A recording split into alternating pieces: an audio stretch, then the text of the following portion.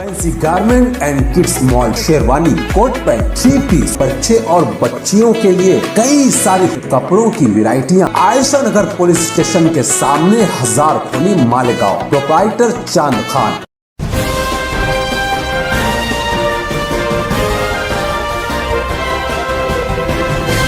मानव समाचार, मानवता के हक में।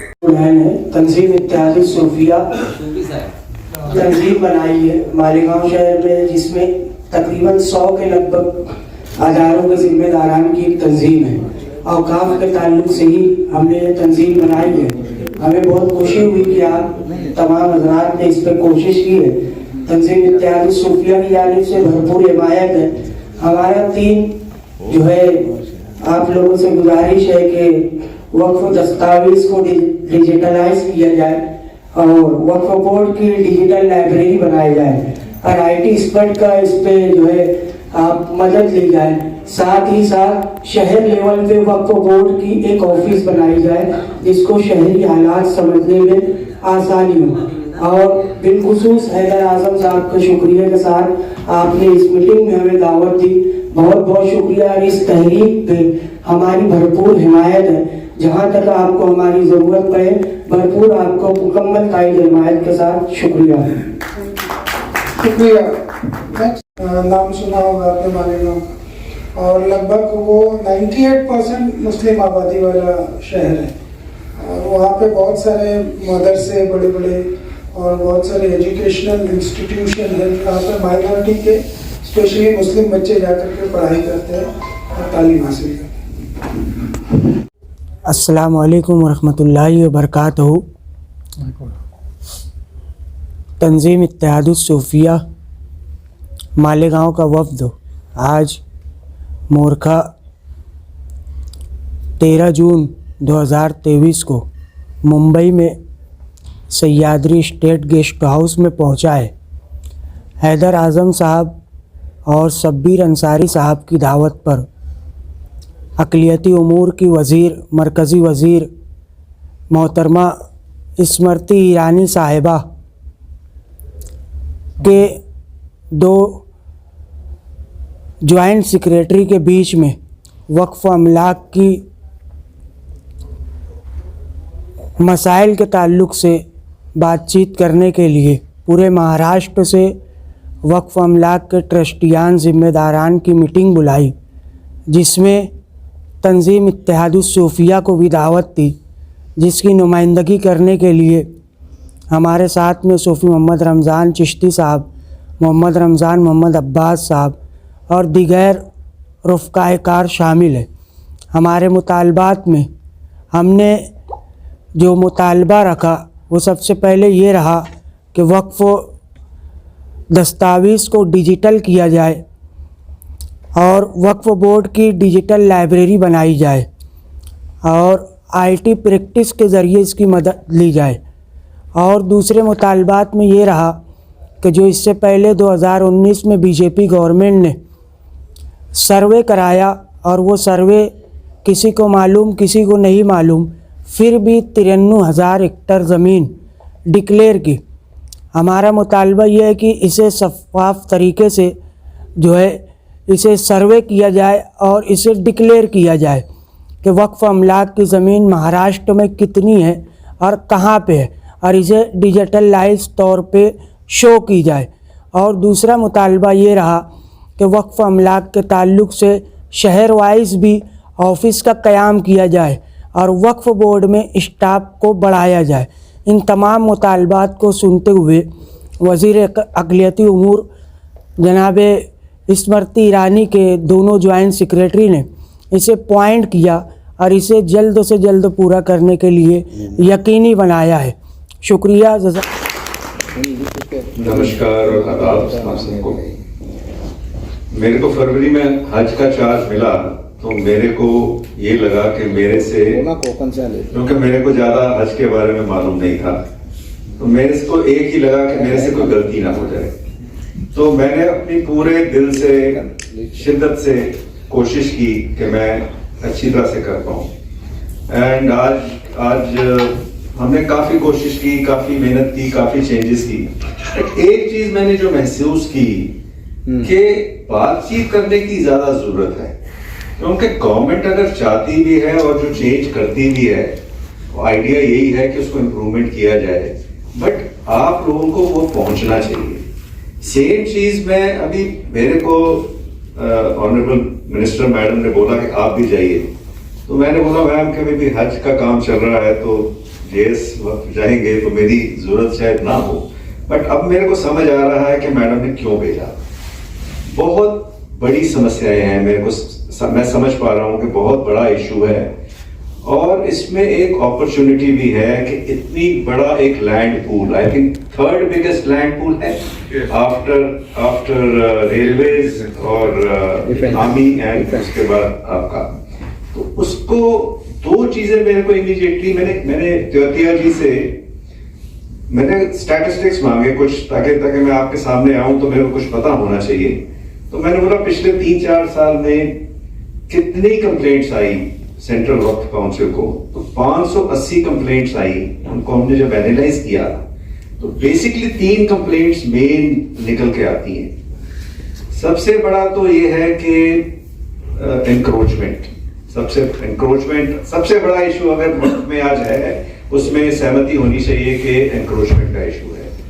दूसरा इशू है मुतवल्लियों के अगेंस्ट बहुत कंप्लेंट्स है कि मुतवल्लियों ने ही कब्जा कर लिया या गड़बड़ कर ली। और तीसरा है जो आपने बार बार बोला कि जो आपकी स्टेट हज कमेटी है, सीईओ है, वो ही जो है जो एंटी वक्फ काम करे, मतलब कि कम्युनिटी के लिए काम करने की जगह उनके अगेंस्ट काम कर रहे हैं, तो आप उनके इंटरेस्ट के अगेंस्ट काम कर रहे हैं। तो ये 3 चीजें बहुत क्लियर निकल के आई। तो ये चीजें मैडम भी बार बार हमसे मांग रही है कि क्या इश्यूज हैं और क्या मसाइल हैं जो कि एक बार समझ आएगी तो उसको हम रिजॉल्व करेंगे। और आपके बीच में आने का मतलब भी यही है कि आपसे समझें कि इश्यूज क्या है, तभी अगर हम कुछ चेंज करना चाहें या अगर कुछ इंप्रूवमेंट लाना चाहें तो हमें पता होना चाहिए। एक जो मेरे को चीज क्लियरली समझ आई कि ट्रांसपेरेंसी की बड़ी जरूरत है कि कितनी जमीन है, उसका बेसिक पर्पस क्या था, अगर वक्त बनाया गया वो किस काम के लिए। मैं शायद सही वर्ड ना यूज कर पाऊं क्योंकि मैं आपकी कम्युनिटी से नहीं आता हूं, बट मोटा मोटा मैं समझ गया कि अगर वक्त बनता है तो उसके पीछे कोई ऑब्जेक्टिव रहता है, तो वो कंप्लाई हो रहा है कि नहीं हो रहा है ये शायद अच्छी तरह कोई देख भी नहीं पा रहा। उसके बाद जो इनकम आ रही है उसको प्रॉपरली इनकम अकाउंट फॉर भी हो रही है कि नहीं, उसको अकाउंटिंग सही है, उसकी ऑडिटिंग सही है। अगर वो इनकम अकाउंट फॉर होगी तो ही तो आप पे खर्ची जाएगी। और बिल्कुल आपने वजह फरमाया कि अगर आप इतना बड़ा लैंड पूल हो तो आपको तो किसी गवर्नमेंट की और किसी की हेल्प की कोई जरूरत ही नहीं होनी चाहिए। इसका रेंट ही इतना आना चाहिए कि आपकी सारी कम्युनिटी की एजुकेशन हो जाए। आज अगर सबसे बड़ी अगर जरूरत है कम्युनिटी को तो वो एजुकेशन की जरूरत है। अगर एजुकेशन हो जाएगी तो 99% मसाइल खत्म हो जाएंगे। तो ये गवर्नमेंट भी यही चाहती है कि इसको कैसे ट्रांसपेरेंट किया जाए, कैसे इसको सबसे पहले जो आपने ये शख्स है उन्होंने बड़ी अच्छी बात की जो वामसी पोर्टल की, तो जियो टैगिंग का ऑब्जेक्टिव यही था कि आज हमें पता ही नहीं है कि कौन सी लैंड कितनी है, कहाँ अवेलेबल है, उसको एक पूरी मुहिम बना के शायद हैदर जी एक ये अच्छा एक सुझाव हो कि आप हर डिस्ट्रिक्ट में एक मूवमेंट चलाइए जिसमें कि अगर किसी भी शायद लॉयर हो, जैसे वो पीछे रिजवी साहब राइट तनवीर साहब, तो ऐसे हर डिस्ट्रिक्ट में एक आप अपनी अवेयरनेस कमेटी बना लीजिए जो किसी का भी लैंड का इशू है, आप फाइट करिए समथिंग जस्ट, क्योंकि आपको ही आगे आना पड़ेगा, गवर्नमेंट तो आपको साथ देगी ही देगी। और लैंड रिकॉर्ड्स आपके जो हैं वो बड़े क्लियर होने चाहिए। अगर लैंड रिकॉर्ड्स क्लियर होंगे, डिजिटाइज होंगे, किसी ने बोला डिजिटाइज होंगे तो 99% समस्याएं खत्म हो जाएंगी। और अकाउंट्स को क्लीन होने की जरूरत है, ऑडिट होने की जरूरत है। मोटा मोटा मेरे को ये आज, क्योंकि मैं इधर आप इस हिसाब से आया कि मैडम ये आपको मैं बता सकूं कि मैडम कितनी इंटरेस्टेड है कि इनको मसाइल को समझाया जाए, उनको रिजॉल्व किया जाए, इसीलिए हम तीनों लोग आए हैं। एंड काफी हद तक हम ये बहुत यूजफुल रहा सेशन, एंड आपने राइटिंग में भी दिया है। और अगर इसके बाद भी जो लोग नहीं आ पाए, अगर आपको कोई आइडिया हो, और शायद हम बाद में भी बुला सकते हैं, तो जब हम आगे बढ़ेंगे, तो मैं बहुत आपका धन्यवाद करता हूं कि आप सब आए, दूर दूर से आए, एंड हम आपके साथ हैं। डेफिनेटली ट्राई करेंगे कि इसको हम ठीक कर पाए जो दरअसल और शब्बीर अंसारी साहब का शुक्रिया अदा करना चाहूँगा कि उन्होंने पूरे महाराष्ट्र से अलग अलग जगहों से लोगों को यहाँ बुलाया और इस प्रोग्राम को ऑर्गेनाइज किया है। आप सबकी बातें हम लोगों ने सुनी हैं, बहुत सारे प्रॉब्लम्स आप लोगों ने अपने बताए हैं, और इसमें से काफी सारे प्रॉब्लम्स यहाँ पे ही नहीं और जगहों पे भी हैं। तो सेंट्रल गवर्नमेंट इन सारे प्रॉब्लम्स को रिजॉल्व करने के लिए बिल्कुल कमिटेड है। ये भी एक रीजन है कि हम लोग खुद जाकर के फील्ड में लोगों से डिस्कस करते हैं, और यहाँ पर आकर के हम लोगों ने आपकी बातें सुनी हैं, और आपकी जो भी बातें हैं, भले ही आपने उसको लिख करके दिया हो या सिर्फ कहा हो, हम लोग श्योरली वापस लेकर के जाएंगे अपने ऑफिस में, और कोशिश करेंगे कि ज्यादा से ज्यादा प्रॉब्लम्स कम से कम समय में हम रिजॉल्व कर पाए। बहुत सारे प्रॉब्लम्स आप लोगों ने हमें बताए, जिसमें कि एनक्रोचमेंट एक बहुत बड़ा प्रॉब्लम है, और ये बहुत ही अजीब सी बात है कि जहां पर हजारों लाखों एकड़ जमीन जिस कम्युनिटी के पास हैं, विरासत में मिले हैं, उसके होने के बावजूद भी आजकल मस्जिदों में चंदा होता है, लोग 10 रुपए, 20 रुपए, 50 रुपए जमा करते हैं, तो उससे मस्जिद का मेंटेनेंस होता है, कब्रिस्तान का मेंटेनेंस होता है। ये बड़े अफसोस की बात है।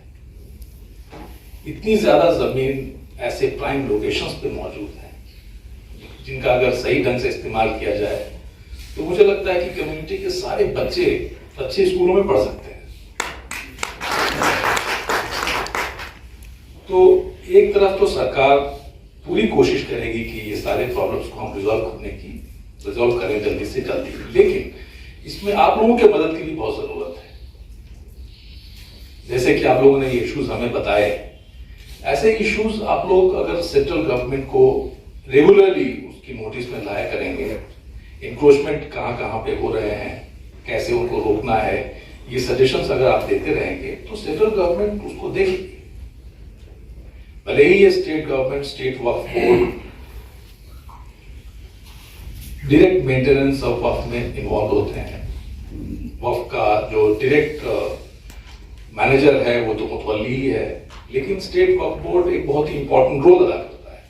इसीलिए मैं देख रहा हूं कि बहुत सारे आपके कंप्लेन स्टेट वक्फ बोर्ड के खिलाफ भी हैं। आप लोगों ने ये भी कहा कि कुछ मेंबर्स हैं जो कि चेंज होने चाहिए, कुछ एक्शंस हैं जो कि वक्फ बोर्ड को समय पर लेना चाहिए, लेकिन वो लोग छोड़ देते हैं, सालों साल तक छोड़ देते हैं। तो ये भी बात है कि वक्फ बोर्ड में जो भी मेंबर्स हैं या चेयरपर्सन हैं, वो सब इलेक्टेड मेंबर्स हैं, अलग अलग कैटेगरी के इलेक्टेड मेंबर्स हैं।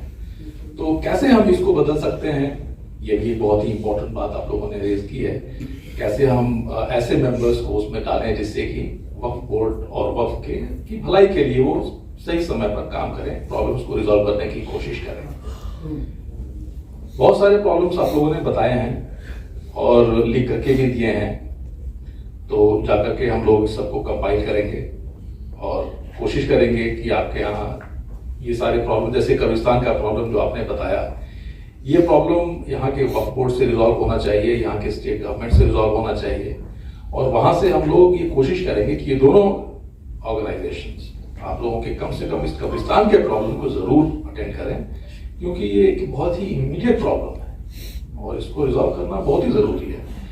तो कुछ इसमें से ऐसे इश्यूज हैं जिसपे हम लोग इमीडिएट एक्शन की कोशिश करेंगे, कुछ ऐसे इश्यूज हैं जो कि हो सकता है कि थोड़ा समय लगे, जैसे कि वक्फ बोर्ड के कॉन्स्टिट्यूशन को ही चेंज करना, इसमें रूल को चेंज करने की जरूरत पड़ सकती है, इसमें हमारे जो रेगुलेशंस है उसको चेंज करने की जरूरत पड़ सकती है, तो उसमें समय लग सकता है।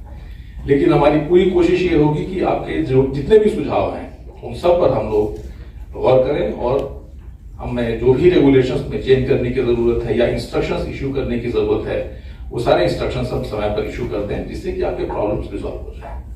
Thank you very much.